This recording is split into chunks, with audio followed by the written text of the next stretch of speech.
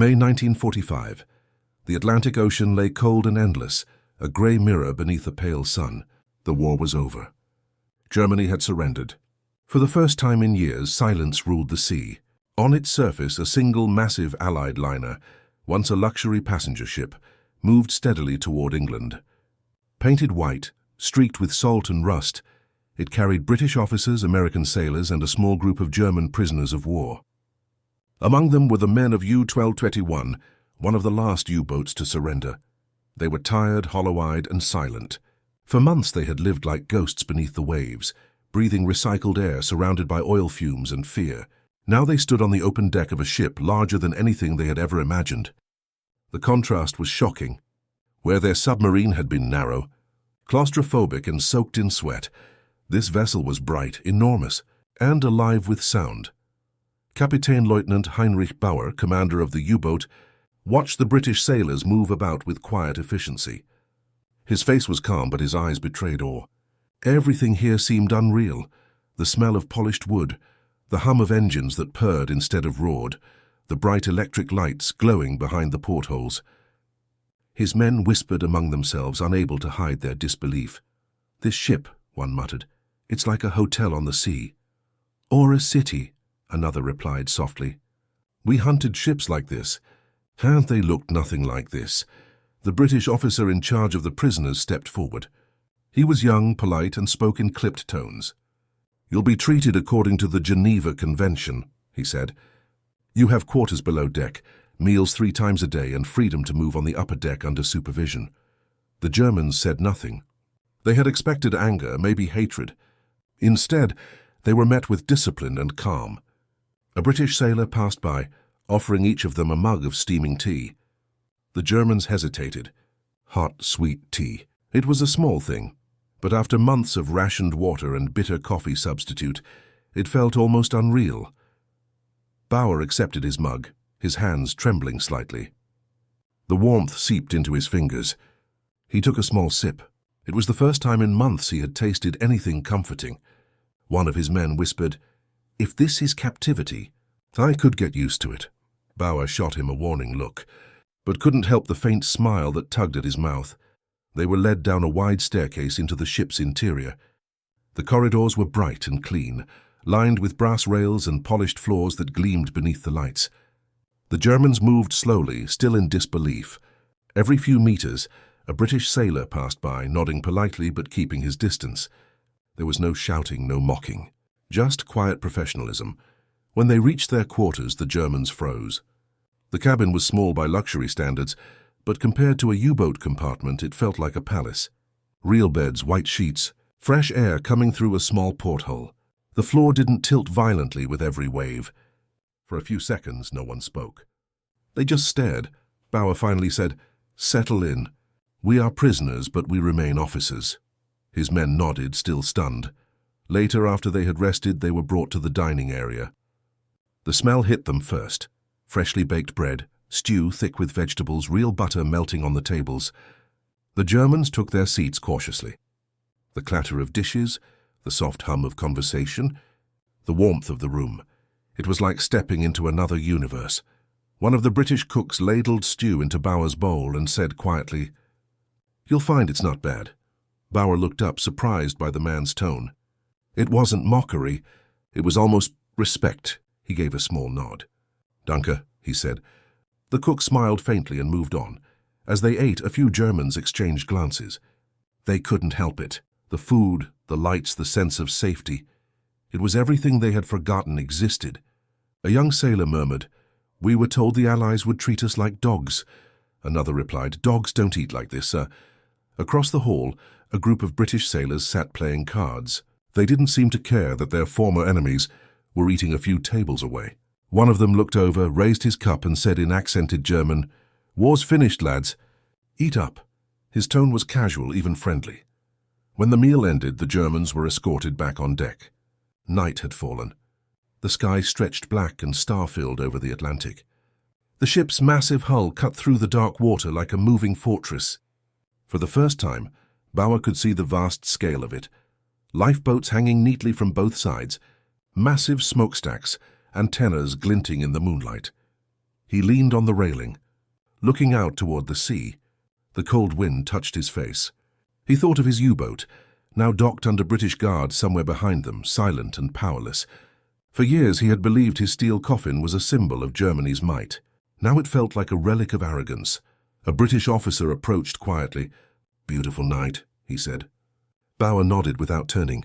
"Yes, strange to see it without wondering if a plane is above." The officer lit a cigarette and offered one. Bauer hesitated, then accepted. For a moment they smoked in silence. The war had made them enemies, but here, under the same sky, they were simply two sailors sharing a breath of peace. Finally, the officer said, "You fought well, Captain. I heard about your convoy raid last winter. We lost 2 ships."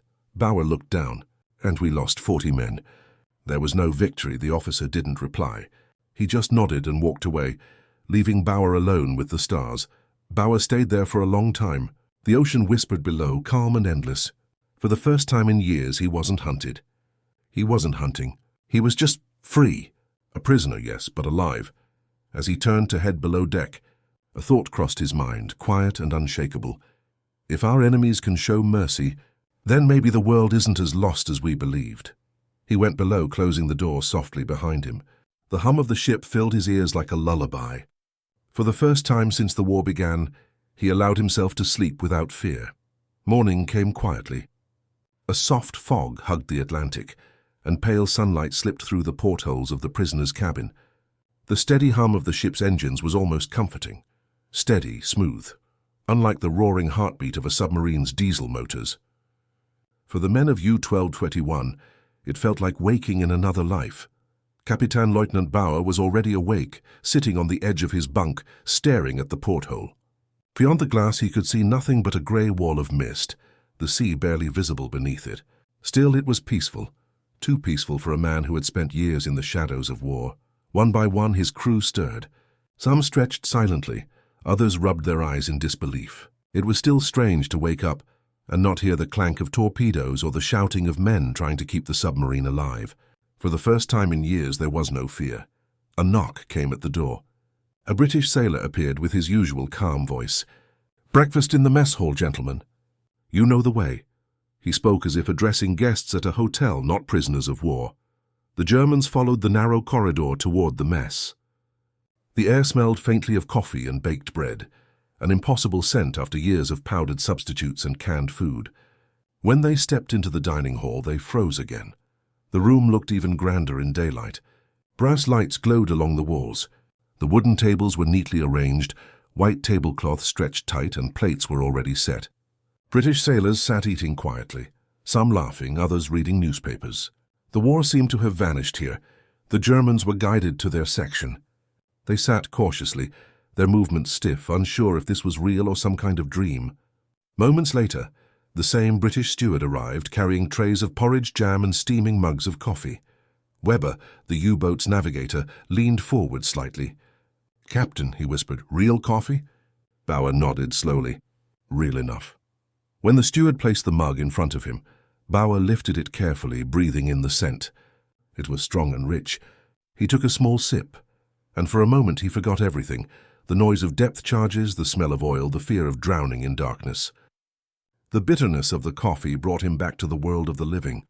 Around him his men began to eat. They didn't speak much. Some smiled faintly. Some just stared at their plates. A few British sailors nearby watched with curious eyes. One of them leaned over, grinning. "Not bad, eh, Fritz?" he said lightly. The Germans looked up, startled, but the tone wasn't cruel. It was teasing, even friendly. Bauer gave a short nod. "Better than what we had?" The sailor laughed. "I bet. You lot lived in tin cans." After breakfast, they were allowed an hour on deck. The fog had lifted, revealing an endless silver horizon. The sea was calm, the sky pale blue. The German sailors stepped out cautiously, squinting in the light. For men who had spent years beneath the surface, sunlight felt almost alien. They walked along the railing, guarded but not chained. British sailors passed them, working ropes or polishing brass. No one shouted orders. No one cursed. It was a ship that ran on quiet precision, a kind of discipline that impressed even Bauer. He stopped near the bow, watching the water cut cleanly around the hull. The ship glided like a living creature, smooth, powerful, unstoppable. His men gathered near him whispering. "Look at the size of this thing," Weber said. "It's a miracle it even floats." One of the younger sailors, Schmidt, nodded. "We thought our U-boat was a masterpiece. But this is something else." Bauer didn't answer. He just stared out at the horizon. He remembered the days when they stalked ships like this in the dark, listening to sonar pings echo through the metal hull. Back then, this kind of vessel was the enemy, a target. Now it was their protector. In the afternoon, the prisoners were brought below deck again, this time to the medical bay. A British doctor examined them one by one. He checked their blood pressure, gave them clean bandages, ointments for frostbite scars, even vitamin tablets. One of the Germans looked confused. "Why do this?" he asked in broken English. "We are your prisoners." The doctor shrugged. "Because you're human." The words hung in the air. The Germans didn't reply. But something shifted in their faces, a quiet understanding. Later that day, Bauer was invited to meet with the ship's first officer. He entered a small office near the bridge, the walls lined with maps and instruments. The officer offered him tea and gestured toward a chair. "You commanded U-1221?" "Yes." "I read your report," the officer said. "You surrendered with all your crew alive." "That's rare." Bauer looked down. "I had no more fight left." "None of us did," the officer nodded. "War does that. That empties you out." They talked for a few minutes about the sea, about the war, about the strange calm that followed surrender.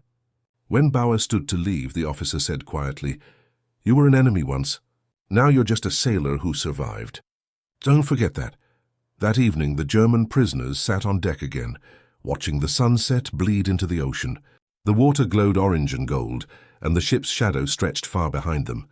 Somewhere below, the engines hummed like a heartbeat. Weber leaned on the rail beside Bauer. "Captain," he said softly, "do you think they'll ever forgive us?" Bauer exhaled slowly. "Forgiveness isn't something we can ask for. We can only hope to deserve it." The wind carried the smell of salt and steel. Around them, the world was quiet, too quiet for men who had lived through hell. But beneath that silence, something new was growing. It wasn't victory or pride. It was something fragile and unfamiliar. It was peace. The next morning, the fog was gone. The ocean stretched wide and blue under a clear sky, and sunlight shimmered on the waves like scattered glass. The British ship moved steadily westward, its engines humming with quiet power. For the German prisoners, it felt like the first truly bright day in years. Captain Lieutenant Bauer stood on deck early, hands resting on the railing. The sea breeze touched his face, cool and clean. He had spent so long in the stale air of the submarine that this open wind almost made him dizzy. Around him, his men were quiet, staring at the horizon where a faint shape was beginning to appear. A coastline. "Is that England?" one of the sailors whispered. A British guard nodded, smiling. "Aye, welcome to Blighty, gentlemen. You'll be there by sunset." The Germans exchanged glances. For years they had thought of England as the enemy, an island fortress surrounded by hatred and power. Now they were about to set foot on it, not as conquerors but as prisoners. As the ship drew closer, the outline of the shore sharpened. They saw cliffs rising white against the sky, seagulls circling, fishing boats drifting lazily near the coast. The air smelled faintly of earth and smoke, a reminder that land was near. For some of them, it brought tears to their eyes. Inside the ship, British officers made final arrangements. The prisoners would be processed, questioned, and sent to camps. But there was no harshness in the tone of their orders, only efficiency.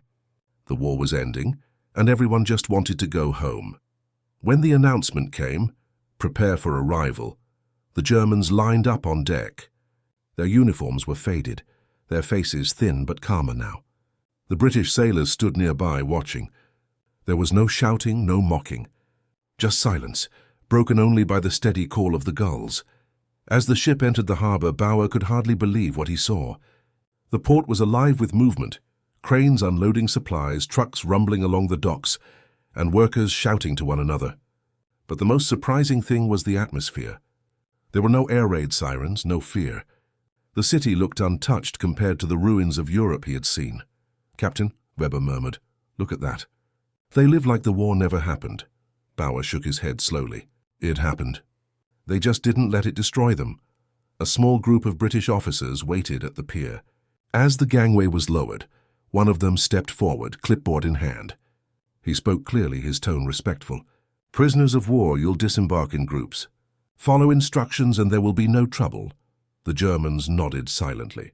When it was Bauer's turn to step down, he paused halfway down the gangway and looked back. The ship loomed above him, vast and gleaming like a floating city. For a moment he felt something strange, gratitude, maybe even admiration. On the dock, British soldiers guided the prisoners into lines. Trucks waited to take them to a nearby processing center. Civilians had gathered at a distance, watching curiously. Some pointed, whispering. A few even waved, as if unsure whether to hate or pity them. One little boy stood near the road holding his mother's hand. He looked up at Bauer with wide eyes and asked softly, "Mum, are they the bad men?" The mother hesitated, then said quietly, "They were, love. But the war's over now." Bauer heard the words, and they stung, but not cruelly. They were true. At the camp, the Germans were given fresh clothes, medical checks, and warm meals. Everything was organized, precise, and strangely humane. Each man was questioned briefly. Name, rank, submarine number, last mission. No one shouted or struck them. The British officers treated them as soldiers, not monsters. That evening, the prisoners sat outside the barracks under a pale English sunset. A radio played faint music somewhere nearby, soft jazz, the kind banned in Germany for years. For the first time, Bauer didn't feel like a commander or a prisoner. He just felt.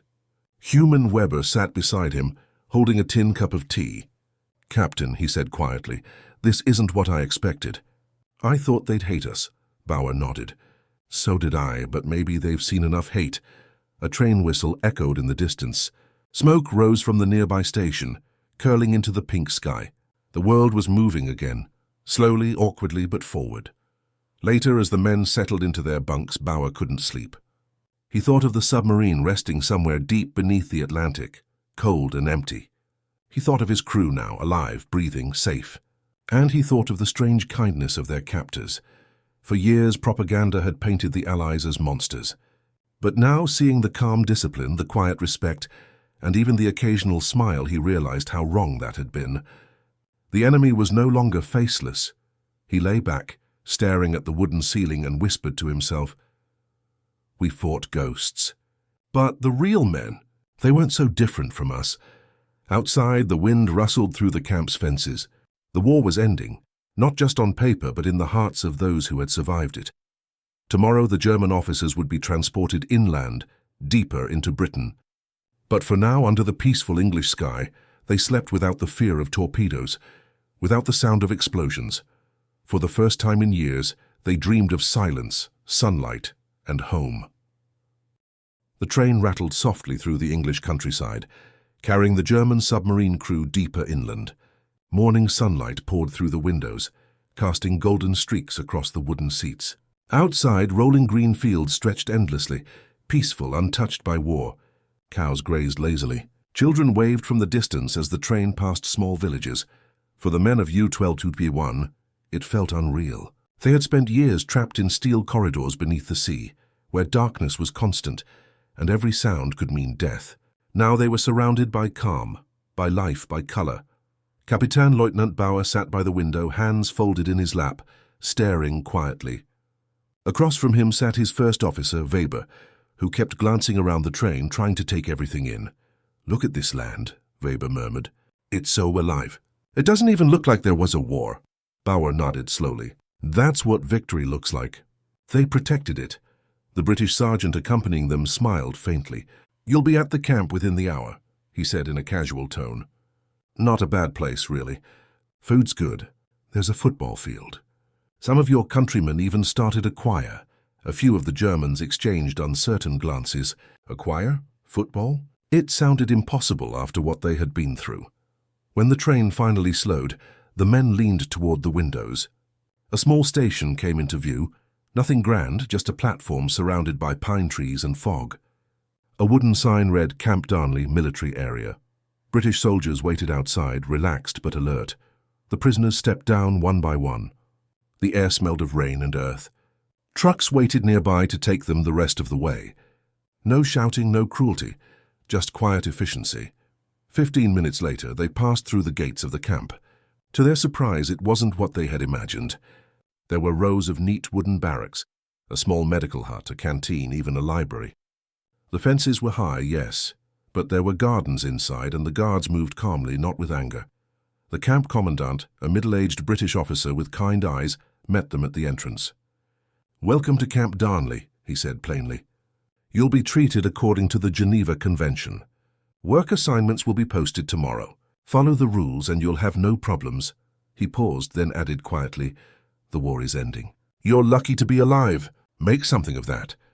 The men were shown to their quarters, long rooms with bunk beds, clean blankets, and small windows that looked out over the hills.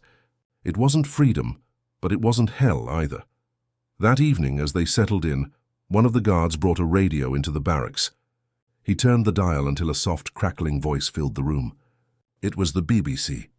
The announcer spoke in calm English, reporting on Germany's surrender, on rebuilding, on soldiers returning home. The Germans sat in silence, listening to the words they couldn't fully understand, but they knew the meaning. It was over. Weber looked down at his hands. "All those years," he whispered. "All that fighting. And now," Bauer finished for him, "now we have to learn how to live again." The next morning, work assignments began. Some men helped in the fields near the camp. Others repaired fences or cleaned the kitchens. It was simple, repetitive, but strangely grounding. They worked alongside British soldiers, sometimes even sharing small jokes through broken English. Days turned into weeks. The Germans began to change. Their faces grew less tense. Their laughter returned, hesitant at first, then freer. They built small wooden carvings from scrap wood, played cards in the evenings, even organized football matches with the guards. One afternoon, Bauer walked near the edge of the camp, where wildflowers grew just beyond the fence. He saw two British soldiers talking with a young German mechanic. They were laughing about something, passing around a harmonica. For a long moment he just watched, unsure if he was dreaming. Weber joined him, hands in his pockets. "Strange world, isn't it?" he said softly. "A few months ago we were hunting their ships. Now we're sharing music." Bauer nodded. "Maybe this is how peace begins. Not with papers or speeches, but with moments like this." In the evenings, the men often sat by the fence and watched the sunset. The light would fall across the camp, turning everything gold. The same sea that had once swallowed their friends now seemed far away, like a bad memory fading with time. Letters began to arrive, official notices, news from home. Some learned that their towns were gone, their families scattered. Others discovered that loved ones had survived. The camp became filled with quiet tears, laughter, and long nights of remembering. One night, as a storm rolled in, Bauer sat alone by the small window in his barrack. Rain tapped softly against the glass. He took out a piece of paper, his first letter since surrender, and began to write, "To my wife, I am alive. The war is over. I am in England and they treat us well. I do not know when I will return, but I want you to know that I have seen kindness in the faces of those we once called enemies. The world feels different now. Perhaps it can heal. Perhaps we all can." He paused, staring at the ink, and then signed simply, "Hans Bauer." Outside, the storm eased. The camp was quiet except for the soft hum of the wind through the trees. Somewhere nearby, a harmonica played a slow, gentle tune.